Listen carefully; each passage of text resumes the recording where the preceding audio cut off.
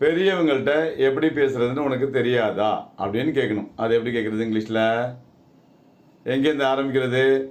கடைசியிலேருந்து ஆரம்பிங்க. தெரியாதா? தெரியுமாங்கிறதுக்கு என்ன இங்கிலீஷில்? Do you know. அப்போ தெரியாதாங்கிறதுக்கு என்ன இங்கிலீஷ்லன்னா டோன்ட் யூ நோ.